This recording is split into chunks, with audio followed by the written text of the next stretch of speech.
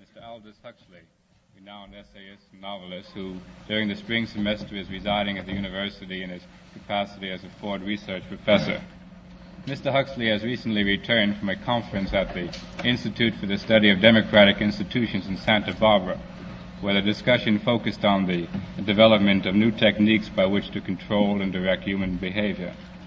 Traditionally, it has been possible to suppress individual freedom through the application of physical coercion, through the appeal of ideologies, through the manipulation of man's physical and social environment, and more recently through the cruder techniques of psychological conditioning. The ultimate revolution about which Mr. Huxley will speak today concerns itself with the development of new behavioral controls which operate directly upon the psychophysiological organisms of man, that is, the capacity to replace external constraint by internal compulsions. As those of us who are familiar with Mr. Huxley's works well know, this is a subject with which he has been concerned for quite a period of time. Mr. Huxley will make a presentation of approximately half an hour, followed by some brief discussions and questions by the two panelists sitting to my left, Ms. Lillian Rivlin and Mr. John Post. Mr. Huxley. Thank you.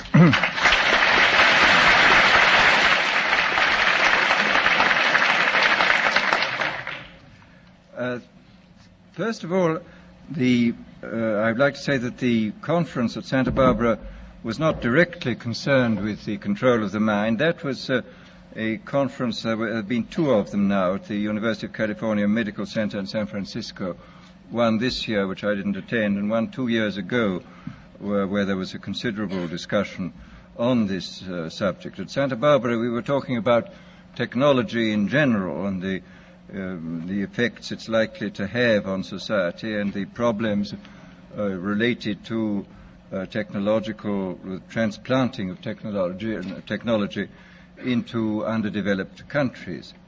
Well, now, in regard to this problem of the ultimate revolution, this has been very well summed up by the moderator.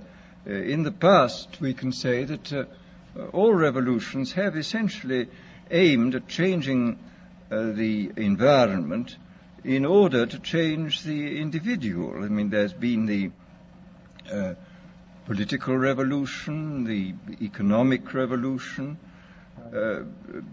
in the time of the Reformation, the religious revolution. All these aimed, as I say, not directly at the human being, but at his surroundings, so that by modifying the surroundings, you did achieve, at one remove, an effect upon the human being. Today, we are faced, I think, with the approach of what may be called the ultimate revolution, the final revolution, where a man can act directly on the mind-body of his fellows. Well, needless to say, some kind of direct action on human mind-bodies has been going on since the beginning of time. But this has generally been of a violent nature. The techniques of terrorism have been known from time immemorial, and people have employed them with more or less ingenuity, sometimes with the utmost crudity, sometimes with a good deal of skill acquired by a process of trial and error, finding out what the best ways of using torture, imprisonment, constraints of various kinds. But as I think it was Metternich said many years ago, you can do everything with bayonets except sit on them. That if you are going to control any population for any length of time, you must have some measure of consent. It's exceedingly difficult to see how pure terrorism can function indefinitely. It can function for a fairly long time, but I think sooner or later you have to bring in an element of persuasion, an element of getting people to consent to what is happening to them. Well, it seems to me that the nature of the ultimate revolution with which we are now faced is precisely this, that we are in process of developing a whole series of techniques which will enable the controlling oligarchy, who have always existed and presumably always will exist, to get people actually to love their servitude. This is seems to me the ultimate in malevolent revolution, shall we say. And this is a problem which has interested me for many years, and about which I wrote 30 years ago a fable, The Brave New World, which is essentially the account of a society making use of all the devices at that time available, and some of the devices which I imagined to be possible, making use of them in order to, first of all, to standardize the population, to iron out inconvenient human differences, to create, so to say, mass-produced models of human beings arranged in some kind of a scientific caste system.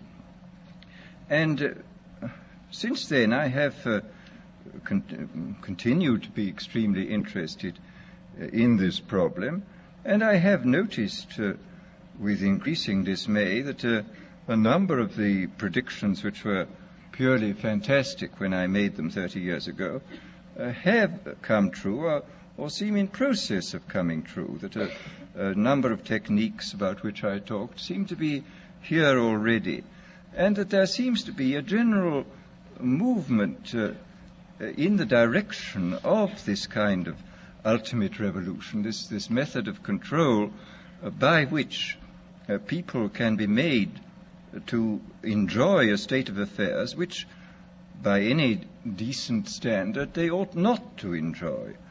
I mean, the enjoyment of servitude. Well,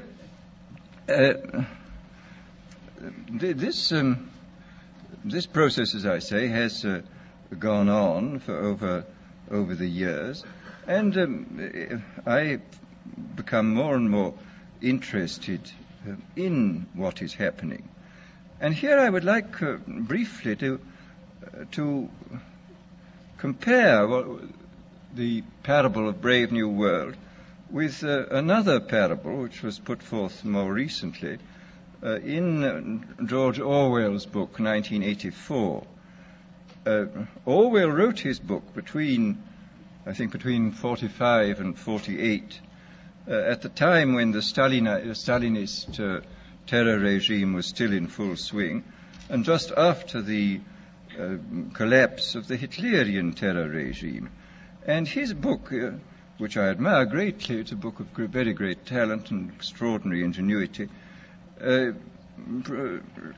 shows, is so to say, a projection into the future of the immediate past, of what for him was the immediate past and the immediate present. It was a projection into the future of a society where control was exercised wholly by terrorism and violent attacks upon the mind body of individuals. Whereas my own book, which was written in 1932, when there was only a mild dictatorship in the form of Mussolini in existence, was not overshadowed by the idea of terrorism, and I was therefore free in a way which Orwell was not free, to think about these other methods of control, these non-violent methods. And I'm inclined to think that the scientific dictatorships of the future, and I think there are going to be scientific dictatorships in many parts of the world, will be probably a good deal nearer to the Brave New World pattern than to the 1984 pattern. They will be a good deal nearer, not because of any humanitarian qualms in the scientific dictators, but simply because the Brave New World pattern is probably a good deal more efficient than the other. That if you can get people to consent to the state of affairs in which they are living, the state of servitude, the state of having their differences ironed out and being made amenable to mass production methods on the social level, if you can do this, then you are likely to have a much more stable and much more lasting society, a much more easily controllable society than you would if you were relying wholly on clubs and firing squads and concentration camps. So that my own feeling is that the 1984 picture was tinged, of course, by the immediate past and the present in which Orwell was living, but that the past and present of those years does not represent, I feel, the likely trend of what is going to happen. Needless to say, we shall never get rid of terrorism. This will always find its way to the surface. But I think that insofar as dictators become more and more scientific, more and more concerned with a technically perfectly running society, they will be more and more interested in the kind of techniques which I imagined and described from existing realities in Brave New World. So that it seems to me then that this ultimate revolution is really not very far away, that we already a number of the techniques for bringing about this kind of control are here, and it remains to be seen when and where and by whom they will first be applied in any large scale. And first, let me talk about a little bit about the improvement even in the techniques of terrorism. I think there have been improvements. That Pavlov, after all, made some extremely profound observations, both on animals and on human beings. And he found, among other things, that conditioning techniques applied to animals or humans in a state either of psychological or physical stress sank in, so to say, very deeply into the mind body of the creature, and were extremely difficult to get rid of, that they seem to be embedded more deeply than other forms of conditioning. And this, of course, this fact, I think, was discovered empirically in the past. People did make use of many of these techniques. But the difference between the old empirical intuitive methods and our own methods is the difference between a sort of hit and miss craftsman's point of view and the genuinely scientific point of view. I mean, I think there is a real difference between ourselves and, say, the inquisitors of the 16th century. We know much more precisely what we are doing than they knew, and we can extend, because of our theoretical knowledge, we can extend what we are doing over a wider area with a greater assurance of producing something which really works. In this context, I would like to mention the extremely interesting chapters in Dr. William Sargent's Battle for the Mind, where he points out how intuitively some of the great religious teachers, leaders of the past, hit on the Pavlovian method. He speaks specifically of Wesley's method of producing conversions, which were essentially based upon a technique of heightening psychological stress to the limit by talking about hellfire, and so making people extremely vulnerable to suggestion, and then suddenly releasing this stress by offering hopes of heaven. And this is a very interesting chapter of showing how completely, on purely intuitive and empirical grounds, a skilled natural psychologist, as Wesley was, could discover these Pavlovian methods. Well, as I say, we now know the reason why these techniques worked, and there is no doubt at all that we can, if we want to, carry them much further than was possible in the past. And of course, in the recent history of brainwashing, both as applied to prisoners of war and to the lower personnel within the Communist Party in China, we see that the Pavlovian methods have been applied systematically and evidently with extraordinary efficacy. I mean, I think there can be no doubt that by the application of these methods, a very large army of totally devoted people has been created. The conditioning has been driven in, so to say,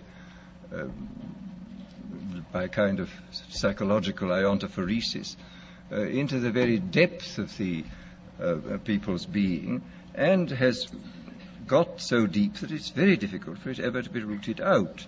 And these methods, I think, are a real refinement on the older methods of terror, because they combine methods of terror with methods of acceptance, that the person who he is subjected to a form of terroristic stress, but for the purpose of inducing a kind of voluntary, quotes, acceptance of the state and the psychological state into which he has been driven, and the state of affairs within which he finds himself.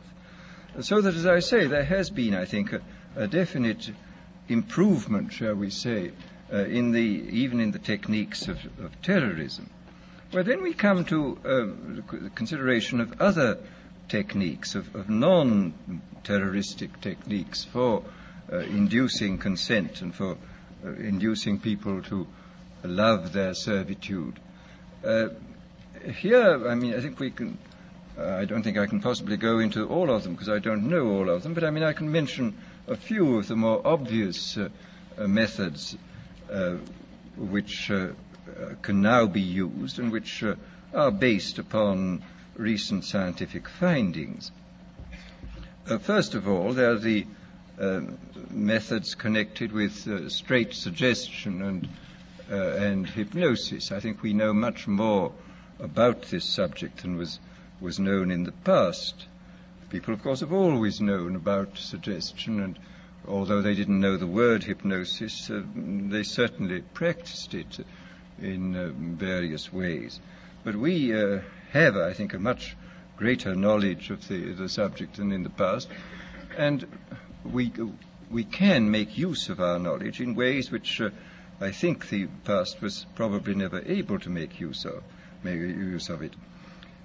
For example, one of the things we now know for certain is that there is, of course, an enormous, I mean, this has been always known, a very great difference between individuals in regard to their suggestibility. But we now, I think, know pretty clearly the sort of statistical structure of a population in regard to its suggestibility. It's very interesting when you look at the findings in different fields. I mean, in the field of hypnosis, in the field of administering placebos, for example, in the field of general suggestion in states of drowsiness or of light sleep, you will find the same sorts of orders of magnitude continually cropping up. You will find, for example, that the experienced hypnotists will tell one that the number of people, the percentage of people who can be hypnotized with the utmost facility, just like that, is about 20%. That about a corresponding number at the other end of the scale are very, very difficult or almost impossible to hypnotize, and that in between there lies a large mass of people who can, with more or less difficulty, be hypnotized, that they can gradually be, if you work hard enough at it, be got into the hypnotic state. And in the same way, the same sort of figures crop up again, for example, in relation to the administration of placebos. A big experiment was carried out 3 or 4 years ago in the General Hospital in Boston on post-operative cases where several hundred men and women suffering comparable kinds of pain after serious operations were given injections whenever they asked for them, whenever the pain got bad, and the injections 50% of the time were of morphia and 50% of the time were of distilled water. And about 20% of those who went through the experiment, about 20% of them got just as much relief from the distilled water as from the morphia. About 20% got no relief from the distilled water, and in between were those who got some relief or got relief occasionally. So here again we see the same sort of distribution. And similarly with regard to what in Brave New World I call hypnopedia, which is the sleep teaching, I was talking not long ago to a man who manufactures records which people can listen to during the light part of sleep. I mean, these are records for getting rich, for sexual satisfaction, for confidence in salesmanship, and so on. And he said it's very interesting that these records are sold on a money-back basis, and he says that there is regularly between 15 and 20% of people who write indignantly saying the records don't work at all, and he sends the money back at once. On the other hand, there are some, over 20% who write enthusiastically, saying they're now much richer, their sexual life is much better, etc., etc. And these, of course, are the dream clients, and they buy more of these records. And then in between are those who complain they're not getting much results, and they have to have letters written to them saying, well, go persist, my dear, go on, and you will get there. And they generally do get results in the long run. Well, as I say, this on the basis of this, I think we see quite clearly that the human populations can be categorized according to their suggestibility fairly clearly. I suspect very strongly that this 20% is the same in all these cases. And I suspect also that it would not be at all difficult to recognize in very early childhood who were those who were extremely suggestible, who were those who were extremely unsuggestible, and who were those who occupied the intermediate space. Quite clearly, if everybody were extremely unsuggestible, organized society would be quite impossible. And if everybody were extremely suggestible, then dictatorship would be absolutely inevitable. I mean, it's very fortunate we have people who are moderately suggestible in the majority and who therefore preserve us from dictatorship, but do permit organized society to be formed. But once given the fact that there are these 20% of highly suggestible people, it becomes quite clear that this is a matter of enormous political importance. For example, any demagogue who is able to get hold of a large number of these 20% of suggestible people and to organize them is really in a position to overthrow any government in any country. And I mean, I think this, after all, we've had the most incredible example in recent years of what can be done by efficient methods of suggestion and persuasion in the form of Hitler. Anybody who's read, for example, Bullock's Life of Hitler comes forth from this with a sort of horrified admiration for this infernal genius who really understood human weaknesses, I think, almost better than anybody, and who exploited them with all the resources then available. I mean, he knew everything. I mean, for example, he knew intuitively this Pavlovian truth that conditioning installed in a state of stress or fatigue it goes much deeper than conditioning installed at other times. This was why all his big speeches were organized at night. He speaks of this quite frankly, of course, in Mein Kampf. He says this was done solely because people are tired at night and therefore are much less capable of resisting persuasion than they would be during the day. And we see in all his techniques, he was using he had discovered intuitively and by trial and error a great many of the weaknesses which we now know about in a sort of scientific way, I think much more clearly than he did. But the fact remains that this differential suggestibility, this susceptibility to hypnosis, I do think is something which has to be considered very carefully in relation to any kind of thought about democratic government. I mean, if there are 20% of the people who can really be suggested into believing almost anything, as evidently they can be, then we have to take extremely careful steps to prevent the rise of demagogues who will drive them on into extreme positions and then organize them into very, very dangerous armies, private armies, which may overthrow the government. Well, this, as I say, is in this field of pure persuasion. I think we do know much more than we did in the past, and obviously we now have mechanisms for multiplying the demagogue's voice and image in a quite hallucinatory way. I mean, the television and the radio. Hitler was making enormous use of the radio. He could speak to millions of people simultaneously. I mean, this alone, of course, creates an enormous gulf between the modern and the ancient demagogue. The ancient demagogue could only appeal to as many people as his voice could reach by the yelling at his utmost, but the modern demagogue can touch literally millions at a time, and of course with the multiplication of his image, he can produce this kind of hallucinatory effect, which is of enormous hypnotic and suggestive importance. But then there are various other methods which one can think of, which have, thank heaven, as yet not been used, but which obviously could be used. There is, for example, the pharmacological method. This was one of the things I talked about in Brave New World. I invented a hypothetical drug called soma, which of course could not exist as it stood there, because it was simultaneously a stimulant, a narcotic, and a hallucinogen, which seems unlikely in one substance.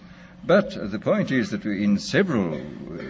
if you applied several different substances, you could get almost all these results even now.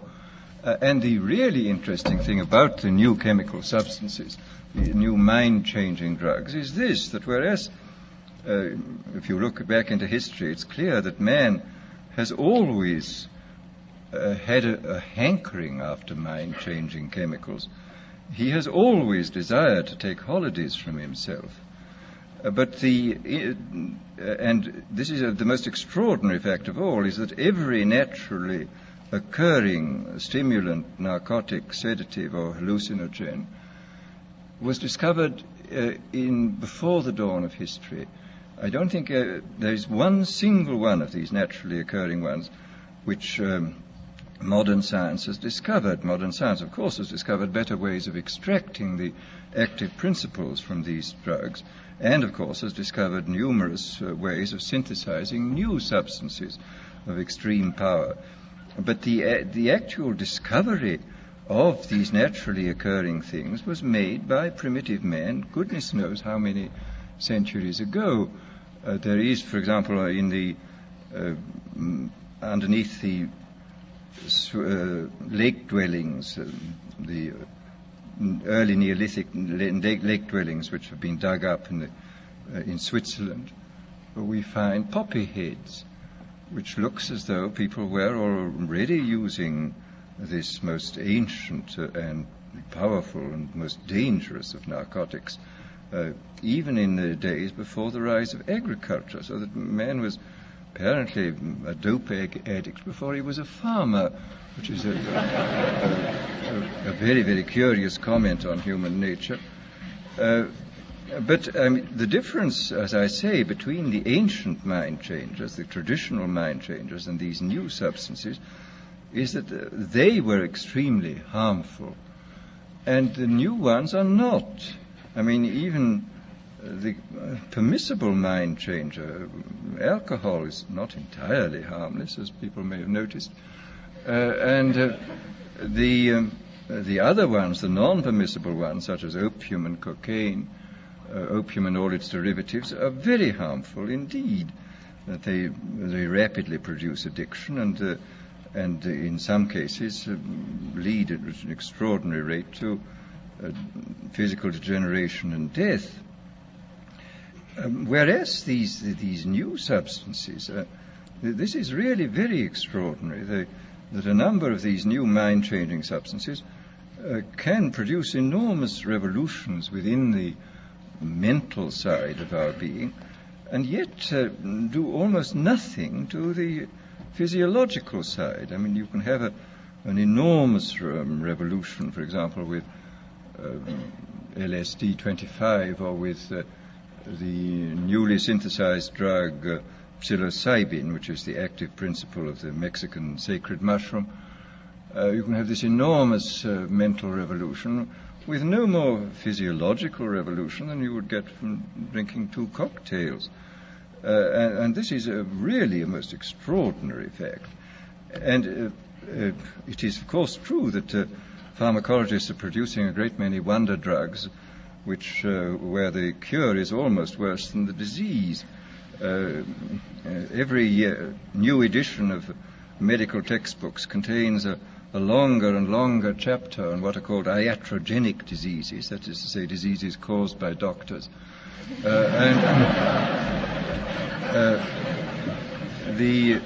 And this is quite true, that many of the wonder drugs are extremely dangerous. I mean, they can produce extraordinary effects, and in critical conditions they should certainly be used, but they should be used with the utmost caution. But there is evidently a whole class of drugs affecting the central nervous system, which can produce enormous changes in sedation, in euphoria, in energizing the whole mental process, without doing any perceptible harm to the body. And in this sense, this represents, it seems to me, the most extraordinary revolution, that it in the hands of a dictator, these substances of one kind or another could be used in the most with complete, first of all, with complete harmlessness, and the result would be that I mean, you can imagine a euphoric which would make people thoroughly happy even in the most abominable circumstances. I mean, these things are possible. I mean, this is the extraordinary thing. I mean, after all, this has even been true with the crude oil drugs. I mean, as Haussmann years ago remarked apropos of Milton's Paradise Lost, he says, and beer does more than Milton can to justify God's ways to man. And beer is, of course, an extremely crude drug compared with these ones, and you can certainly say that some of the psychic energizers and the new hallucinants can do incomparably more than Milton and all the theologians combined could possibly do to make the terrifying mystery of our existence seem more tolerable than it does. So that here, I think, one has an enormous area in which the ultimate revolution could function very well indeed, an area in which a great deal of control could be used by, not through terror, but through making life seem much more enjoyable than it normally does, enjoyable to the point where, as I've said before, human beings come to love a state of things which by any reasonable and decent human standard they ought not to love. And this, I think, is perfectly possible. Well, then, very briefly, let me speak about one of the more recent developments of in the sphere of neurology, the implantation of electrodes in the brain. This, of course, has been done on a large scale in animals, and in a few cases it's been done in cases of the hopelessly insane. And it is, anybody who's watched the behavior of rats with electrodes planted in different centers must come away from this experience with the most extraordinary doubts about what on earth is in store for us if ever this is got hold of by a dictator. If I saw not long ago some rats in Magoon's laboratory at UCLA. There were two sets of them, one with electrodes planted in a pleasure center.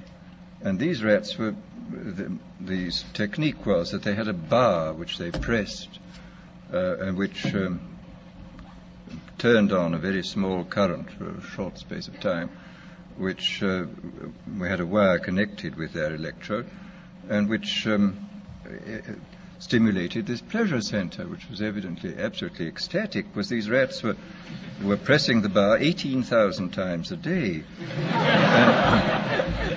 Apparently, if you kept them from pressing the bar for a day, they would press the bar 36,000 times on the following day, and would fall till they fell down in complete exhaustion. And they would neither eat nor be interested in the opposite sex, and would just go on pressing this bar. Then the most extraordinary rats were those where the electrode was planted halfway between a pleasure and a pain center, and where evidently the result was a kind of mixture of the most wonderful ecstasy in being on the rack at the same time. And you would see the rat sort of looking at its bar and sort of saying, to be or not to be, that is the question. And finally would approach and do it, and then it would go back with this awful, if one can humanize or anthropomorphize, he was feeling something terribly mixed. And he would wait for quite a long time before pressing the bar again, but he would always press it again. This was the extraordinary thing. And I notice in this most recent issue of Scientific American, there's a very interesting article on electrodes in the brains of chickens, where the technique is very ingenious. You sink into their brains a little socket with a screw on it, and the electrode then can be screwed deeper and deeper into the brain stem, and you can test at any moment, according to the depth which goes in fractions of a millimeter, of what you're stimulating. And these creatures are not merely stimulated by wire. They're fitted with a miniaturized radio receiver weighing less than an ounce, which is attached to them, so that they can be communicated with at a distance. They can run about in the barnyard, and you can press the button, and this particular area of the brain to which the electrode has been screwed down to will be stimulated, and you will get these fantastic phenomena that a sleepy chicken will suddenly get up and rush about, or an active chicken will suddenly sit down and go to sleep, or a hen will suddenly start sitting as though it were hatching out an egg, or a rooster will start fighting, or will suddenly go into a state of extreme depression. The whole picture of the absolute control of the drives is terrifying. And in the few cases in which this has been done with very sick human beings, the effects are evidently very remarkable too. I was talking last summer in England to Gray Walter, who is the most eminent exponent of the electroencephalogram techniques in England, and he was telling me that he's seen hopeless inmates of asylums with these things in their heads, and that these people were suffering from uncontrollable depression, and they'd had the electrodes inserted into something resembling, evidently, the pleasure center of the rat. Anyhow, when they felt too bad, they just pressed a button in the battery in their pocket. And he said the result was fantastic. The mouse would go down, would suddenly turn up, and they would evidently feel, I don't know for how long at a time, very cheerful and happy. So that here again one sees the most extraordinary, revolutionary techniques which are now available to us. Now, I think what is obviously perfectly clear is that for the present these techniques are not being much used except in a purely experimental way. But I think it is extraordinarily important for us to realize, first to realize what is happening, to make ourselves acquainted with what has already happened, and then to use a certain amount of imagination to extrapolate into the future the sort of things that might happen. I mean, what might happen if these fantastically powerful techniques were used by unscrupulous people in authority? What on earth would happen? What sort of society would we get? And I think this is peculiarly important because as one sees in looking back over history, we have allowed in the past all those advances in technology which have profoundly changed social and individual life. We have allowed them to take us by surprise. I mean, it seems to me that during the late 18th century and early 19th century, when the new machines were making possible the factory system, it was not beyond the wit of man to see to look at what was happening and to project into the future, and maybe to forestall the really dreadful consequences which plagued England and most of Western Europe and most of this country for about 50 or 60 years, the horrible abuses of the factory system. I mean, if a certain amount of forethought had been devoted to the problem at that time, if people had first of all found out what was happening and then used their imagination to see what might happen, and then had gone on to work out means by which the worst applications of the new techniques should not take place, then I think Western humanity might have been spared about 3 generations of utter misery which was imposed upon the poor at that time. And similarly with various technological advances now. I mean, it's quite clear we have to start thinking very, very hard about the problems of automation.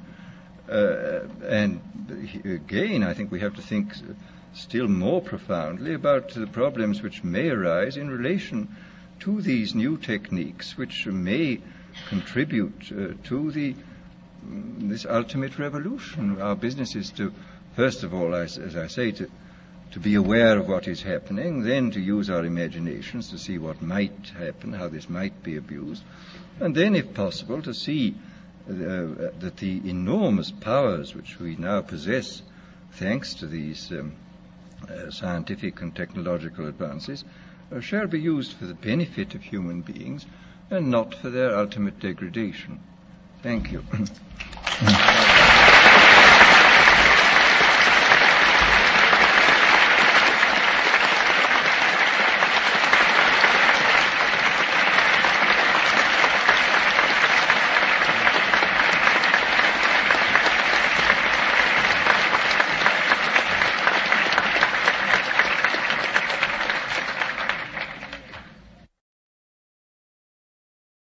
We do have a few moments. I'm very sorry I've talked much too long. It's quite all right. Just have a brief discussion, and those of you who are interested in staying and listening, I'm sure that it'll be well worthwhile. John, Mr. Post, would you like to question? I'm afraid my question shows a certain optimism which may not be justified. In a way, your quote from Haussmann that malt does more than Milton can to justify God's ways to man indicates that my remarks may show that I'm looking into the pewter pot to see the world as the world is not. At any rate, I'm a bit worried about your picture, or the picture you paint, that the future may contain a number of monolithic scientific dictatorships, and that there may be a groundswell in this direction, a groundswell caused by the human tendency to seek pleasure where it can be found. But I'm struck by the fact that movements of that sort are always far more complex than any of our attempts at characterizing them. And I think that perhaps in this complexity lies a ray of hope, that the future may not contain such monolithic scientific dictatorships, and that the developments which we can expect in light of the various technological achievements you mentioned may not lead in the direction of scientific dictatorships in the way you indicate. That this may depend to a great extent upon the nature or the characteristics of the nations in which these results are first introduced. In other words, my question really is, when you project into the future and you say that the chances are very great of dictatorships of this kind occurring, could you qualify a bit more what the chances are? Well, I say I don't think the chances are very great. I think they are there. And I would think that one of the reasons why we may get more dictatorships than we like lies in quite a different field. I mean, with large parts of the world increasing at 3% per annum in the population, goodness knows what is going to happen. I mean, for example, I was in India last autumn, and of course this is unutterably depressing, the enormous poverty, and the depression grew a great deal with the announcement just when we were there that the United Nations had come to the conclusion that its earlier estimates of the increase of the Indian population were very much too low. The estimates had been in the neighborhood of 1.7% per annum, which is about the same as the United States, which had to be corrected up to 2.2 or 2.3, which I think doubles the population in about 32 years.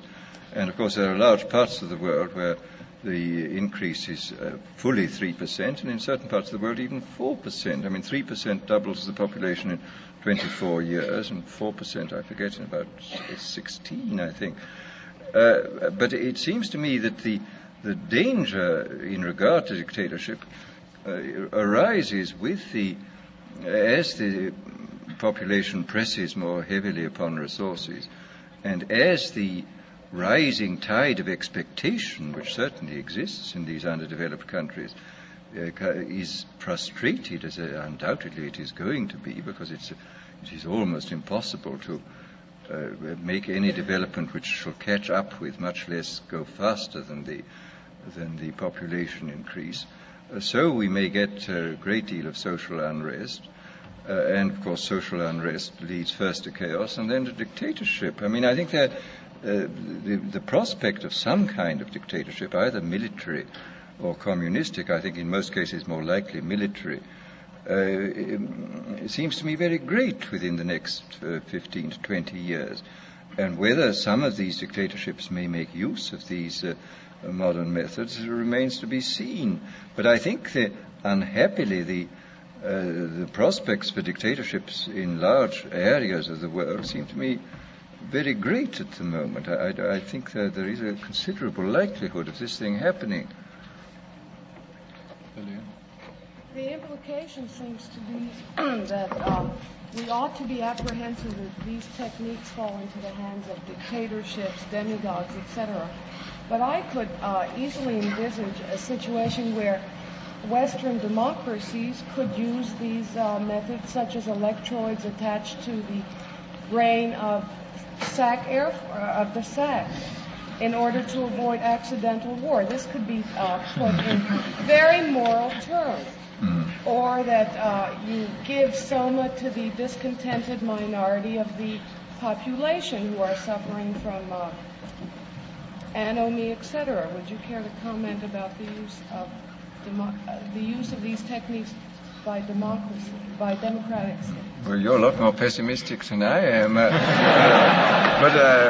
maybe your pessimism is justified. I don't. I mean, this is the awful fact remains that when techniques have been discovered, sooner or later they tend to be applied, and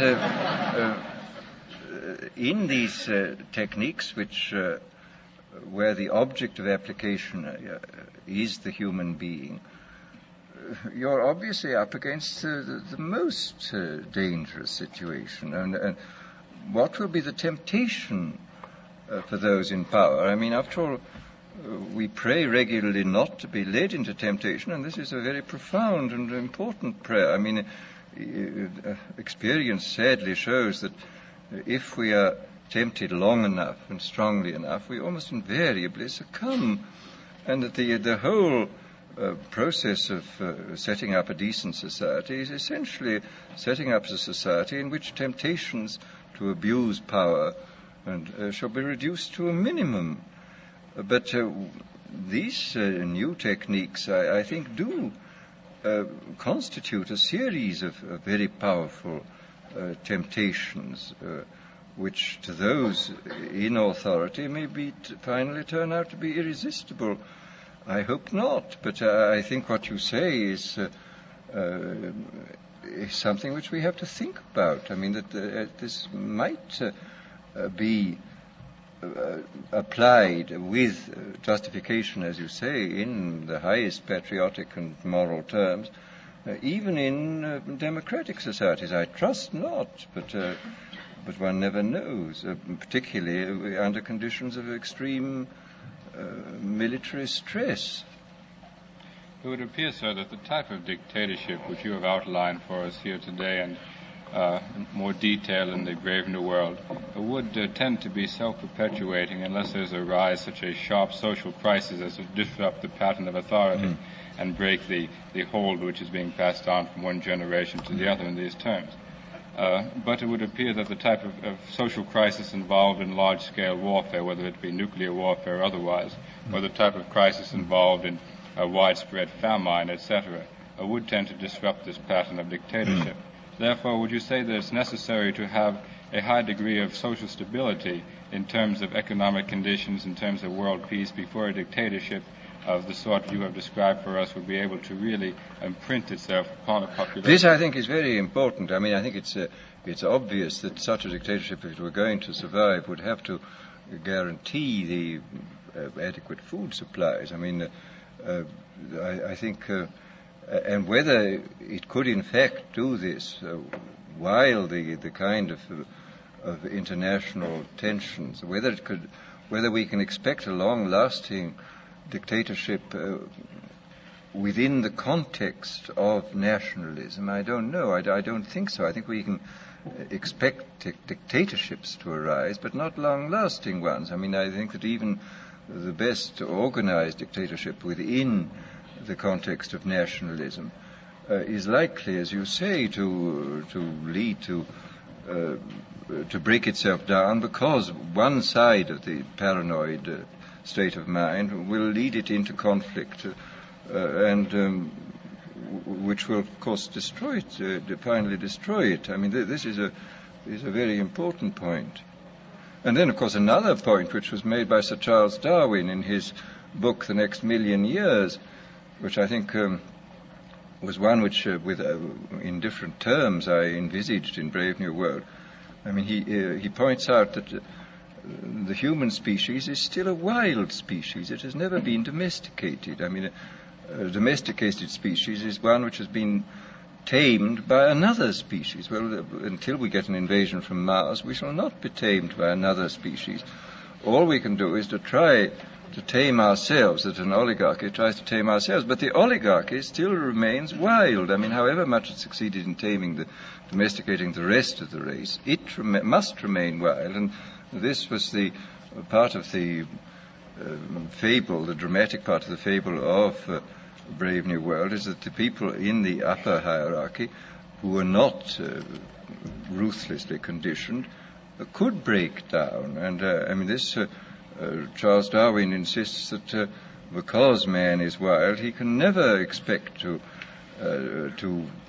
domesticate himself, because the people on top will always be undomesticated and will sooner or later always run wild. Well, I think there's a good deal to be said for this this point of view in regard to the permanence of any dictatorship.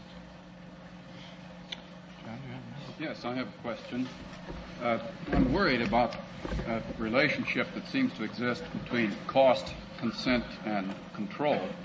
If a government wants to control its people, of course, its job will be easier if they are more willing to consent, and the job will be correspondingly more costly if the corresponding consent isn't there. Could you make a few remarks about the economic feasibility of introducing biological controls of the sort you talk about? I don't know. I mean, wouldn't it, I would have thought in some ways it would be cheaper than maintaining very large security forces and concentration camps and so on. I mean, just as in asylums, chemical control is a great deal simpler and cheaper than physical control. I mean, the bad old days of straight jackets and manacles and so on required quite a lot of people to handle the insane, whereas the tranquilizers seem to require much fewer. I mean, that you can get equal results with simpler and certainly pleasanter means. I have no idea about the actual cost situation, but it seems to me that it might actually be cheaper. I don't know. Well, I see that some of you are leaving for your 4 o'clock classes, and I will give you an opportunity to leave now. If Mr. Huxley would be willing, we might be able to entertain some questions from the floor for a few moments. Would you, sir? Certainly, yes. Will those of you who are obliged to leave now, please return? I apologize having gone on so long. No, that's fine. I'm sure they much prefer to hear you discuss these questions or whatever we might be able to throw up. I hope you're not finding it as uncomfortably warm in here. Well, it's getting a little warm, isn't it? There seems to be a completely windowless hall, isn't it? It's part of the conditioning process, I'm sure.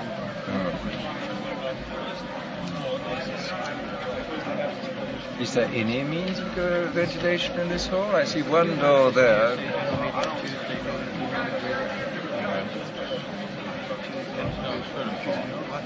Was it next Tuesday at 2? Next Tuesday. I think there is some ventilation. The ventilation never seems to be able to meet the demands of the time.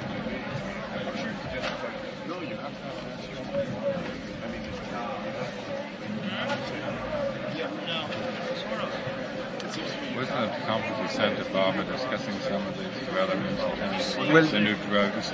No, they were mainly discussing, I mean, there was a lot about the problem of bringing technology to the underdeveloped countries. They had a lot of people from the United Nations there. A very able man who was a Vietnamese called Vu Van Thai. Charming man. He spoke English with a strong French accent because he'd learned his economics in Paris. And he was very interesting. I mean, he said, I'm speaking to you like a rat with electrodes in my brain because I speak from the inside. I'm not one of the experimenters on the outside. And he was very interesting about it. I mean, about the difficulty that when you do introduce, say, one area of highly evolved technique into one of these backward countries, you create an enormous gap between the people who run this thing and profit by it and the mass of the population.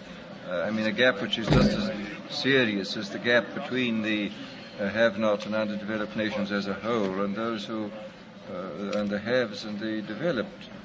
And what he was saying was that you must have an adaptation of technique which shall be suitable for these people and not try to bring in what you have already. But he said very little work has been done in this field. And there were a number of, there were several very able people. Richard Calder at the University of Edinburgh was there, and Arthur Goldschmidt, who is the director of the special services in the United Nations. And we had some extremely good talks. Bring that up, Sheldon. Well, I have one question here, which is, well, this is essentially the question which Mr. Huxley addressed himself to in his last statement, is that how will control over the techniques been transmitted from one group to another? Apparently referring to how to the control of the techniques be transmitted from one elite, one generation of elite to another. Would you wish to comment further on this question? I know you did just speak to it just before. Well, I don't think so. I mean, I do think there will clearly be a difficulty. I mean, there is always a difficulty in transferring power. I mean, well, after all, hence the constitutions, written constitutions such as in the United States, or a hereditary monarchy, in which you got de facto power being de jure, and the possibility of passing power on without much hitch from one generation to another. It may be that in a thoroughly well-controlled dictatorship, the problem of power at the top, the struggle for power, would not take place. But even there, I mean, simply because the oligarchy is itself not subjected to the extremes of conditioning, because it must retain a certain freedom in order to be able to make adequate decisions, that maybe the struggle for power would always remain a great problem, as it has been throughout history, except where you have had written constitutions or acceptable monarchies. Yes? Dr. Huxley, would you adhere to the view or comment on the view that it's precisely the American society of Western democracy is particularly susceptible to this type of brave new world, for the following reason, that society is conditioned to adhere to a great degree of social conformity, that in your period of stress, this idea of conformity is further pushed, and consequently it makes it much easier to develop these techniques, and that it seems that politically the extremities, there is a growing feeling that we have to do away with the extremities, and we have to keep on going the central path. And this would seem to me to make this much easier for a type of dictatorship, as you said, to slowly, using the mass media that we're developing, mold the population, plus the factor that in some of the other type societies, you have less inhibition about the brutal struggle for power within the top hierarchy, whereas here there would be some type of a inhibition due to the so-called legal process that has developed, which would keep men from then violently attacking the leaders.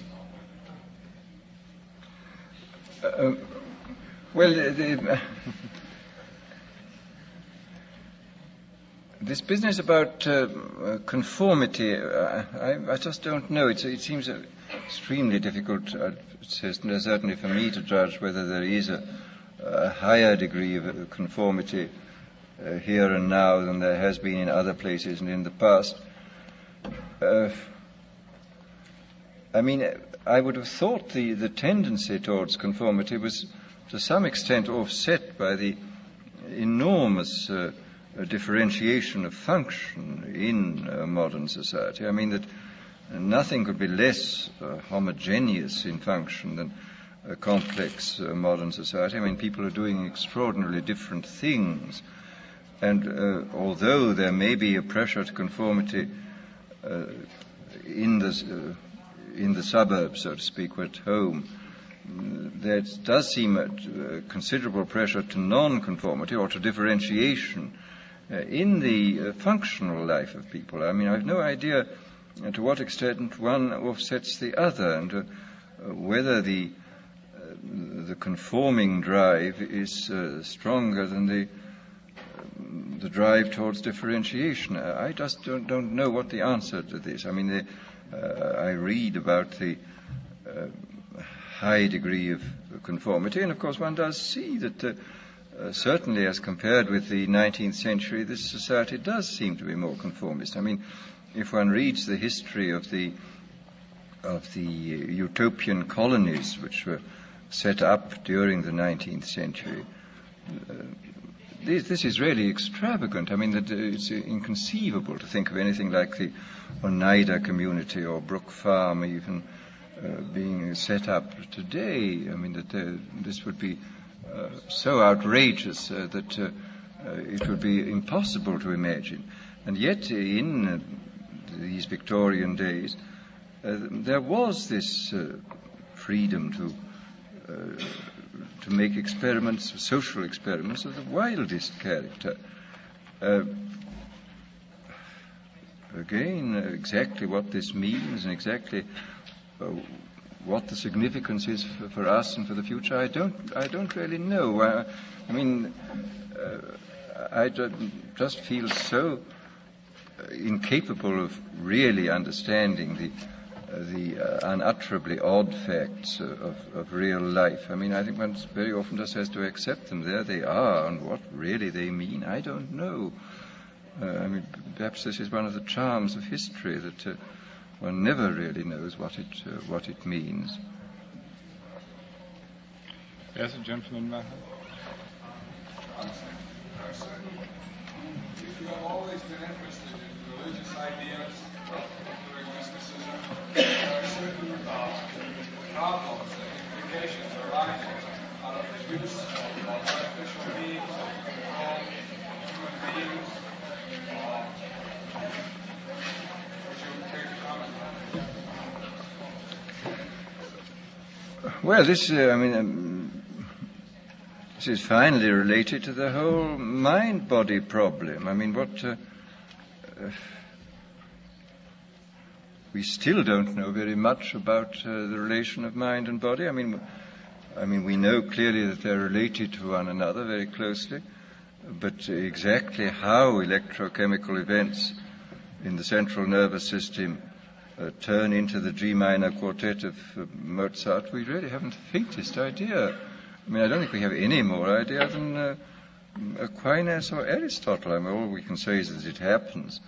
And we do know a good deal more about the nature of the electrical and the chemical events. But again, what the bridge is and whether it's enough to say, like the neutral monists, that the two aspects, the mental and the physical, are merely the same thing seen from different sides. Again, I don't know. I mean, even then, how can the same thing look so profoundly different? Something I don't understand. And in relation to the mystical experience, I mean, clearly this is correlated with electrochemical states within the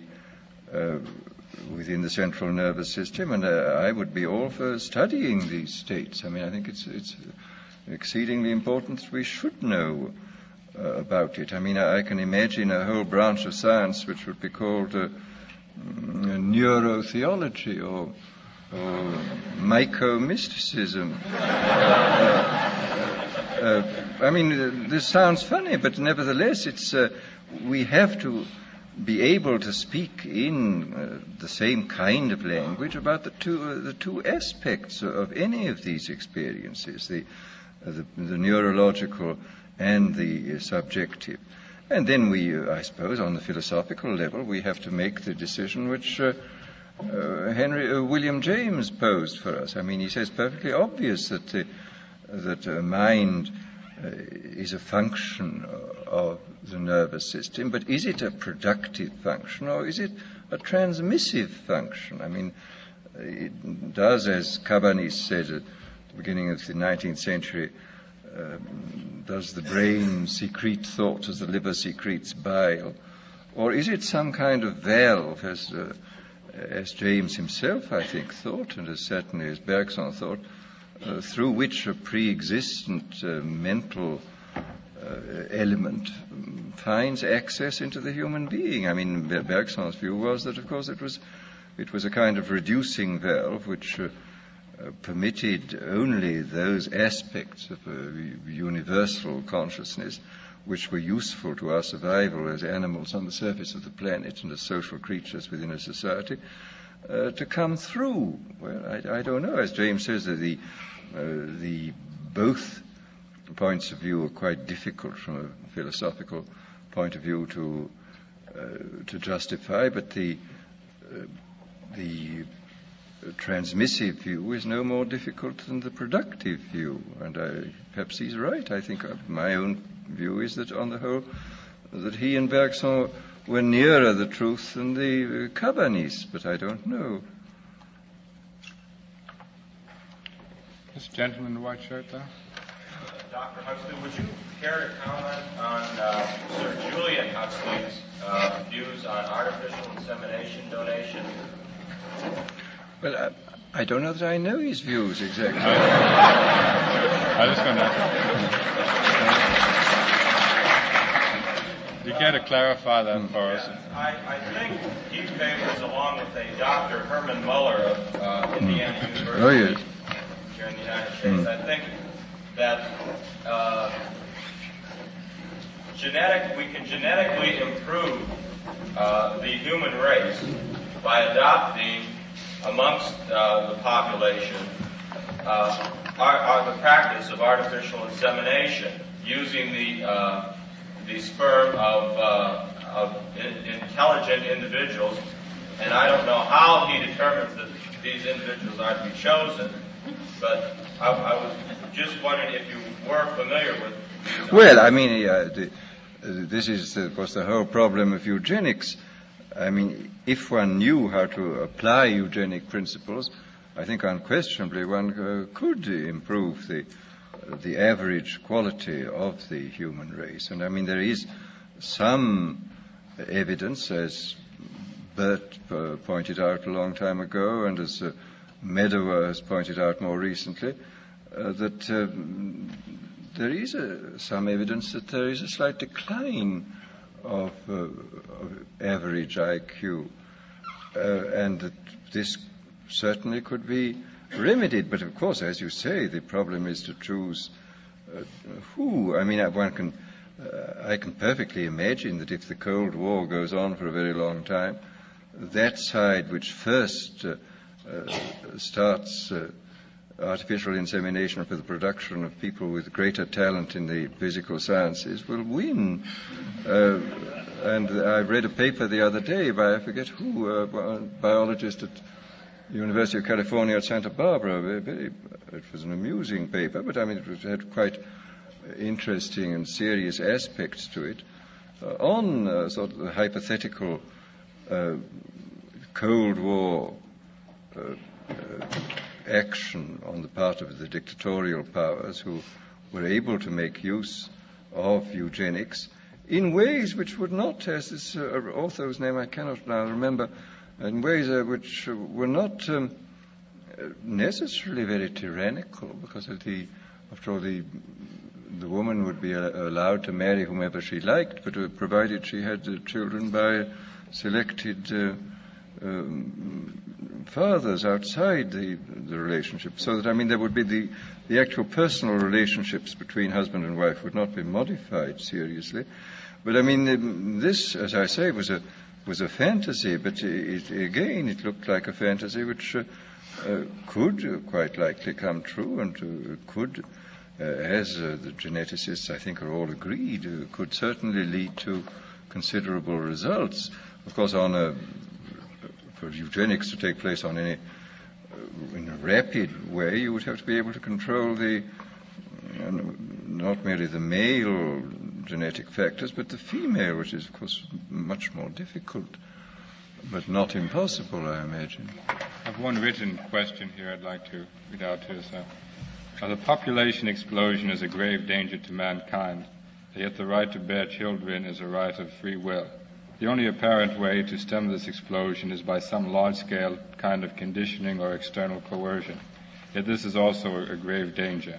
Is there any way out of this dilemma?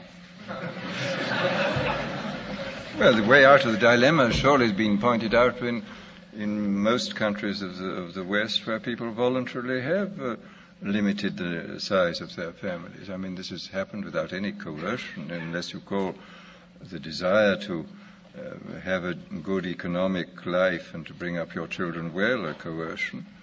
But I mean, this has in fact occurred. And I mean, in this country, after having reached a low during the Depression, the birth rate happens to have gone up. But I mean, the point is that the control of the size of families is now completely voluntary here. I mean, or more or less completely voluntary, and which makes it profoundly different from the people in the underdeveloped societies who are still going on producing 10 children because the habit persists that in order for 3 children to survive, you have to produce 10. But now if you produce 10 children, 7 survive because of elementary public health precautions which have been brought in. Hence, of course, the enormous sudden increase. The death rate, which used to be in the upper 30s, as was the birth rate, has now fallen in many of these countries to 15 and 12 and even 10. So naturally there's an enormous increase. But it's certainly going to take some time to get people to change their habits. I mean, psychological inertia is much more powerful than physical inertia. I mean, it's much easier to push a 10-ton truck than a human being. Mr. Post has one further question here. You've spoken of the ends to which drugs should not be devoted, such as increasing conformity, making men more content with what is actually an intolerable situation, securing the power of a small elite, and so on. To what ends do you think these drugs should be devoted, granted that we have them? Well, I mean, I think therapeutically some of them are very valuable. I think already, for example, some of the so-called psychic energizers have done a great deal in the mental field. I mean, I understand from Dr. Nathan Klein, for example, that in very many cases you can use some of these psychic energizers instead of the electroshock therapy. And people say that electroshock therapy doesn't do any harm, but I cannot believe that partial electrocution is good for anybody.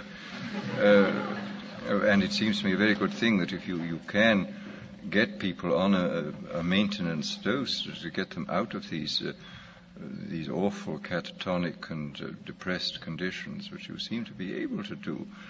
And after all, there are many people, it seems to me, outside institutions who have tendencies in the same direction, which I think a genuine psychic energizer might be, which could be used without harm to people, would be of immense value. There was even, it was stated a few years ago, I remember, that the Russians had a 5-year plan for increasing mental efficiency by chemical means. I don't know whether this has gone on and what they've discovered, but I would think it's probably on the cards that you could increase the span of attention, the amount of time you could concentrate on things, the power of observation and so on, by chemical as well as by educational means. I mean, I think that there are a number of probably quite good things you could do.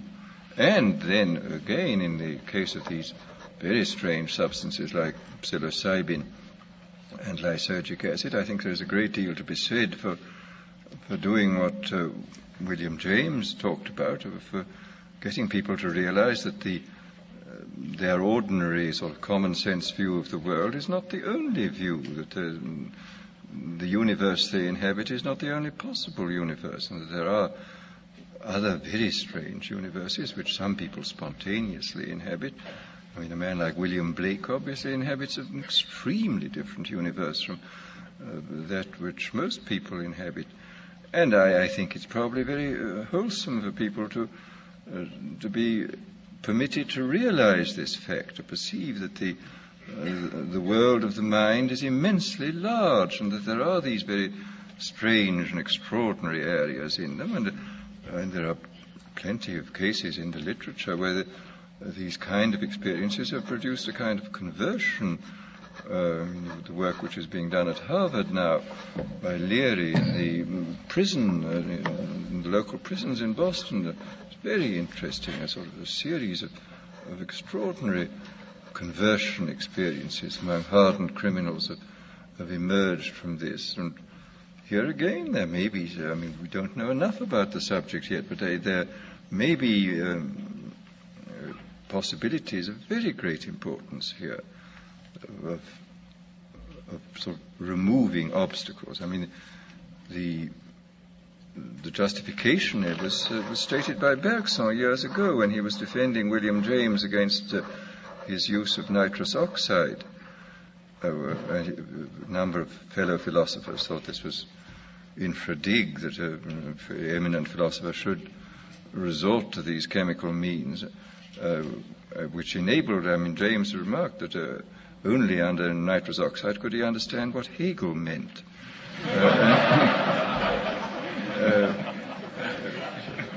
Bergson said that it must be realized that the experiences which Mr. James describes are not caused by the gas.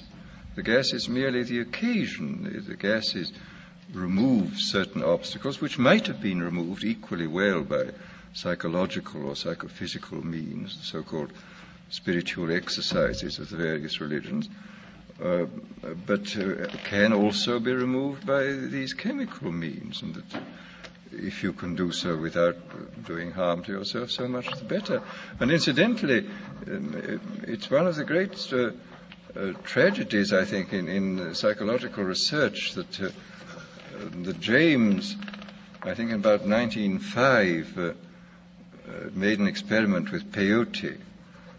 And as he had a rather weak stomach, all that he got was violent vomiting. He said, "I'm afraid I must take the visions for granted. I got only the nausea." And it's an awful pity. If he'd had a stronger stomach, we should have had this research beginning 50 years ago. But his weak stomach prevented this, and we've had to wait till much later to get this thing really going. Well, before we close the program, Mr. Delaney, the Graduate Student Association, asked me to announce that there'll be a meeting of the Graduate Student Association next Tuesday at noon. Now, I want to express our appreciation to Mr. Huxley on behalf of all of those who are fearful lest our augmented knowledge restrict our understanding. Thank you very much.